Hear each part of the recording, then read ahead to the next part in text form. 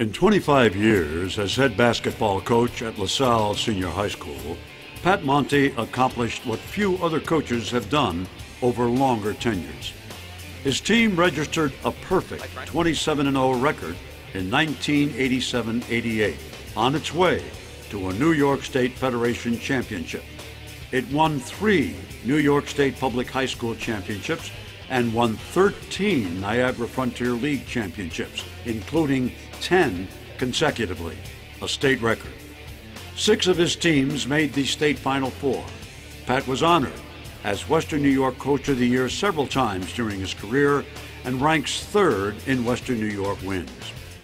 What is often overlooked are the many young men whose lives have been enriched and who have become contributing members of the community through the teachings and stewardship of one of the most successful basketball coaches in New York State history.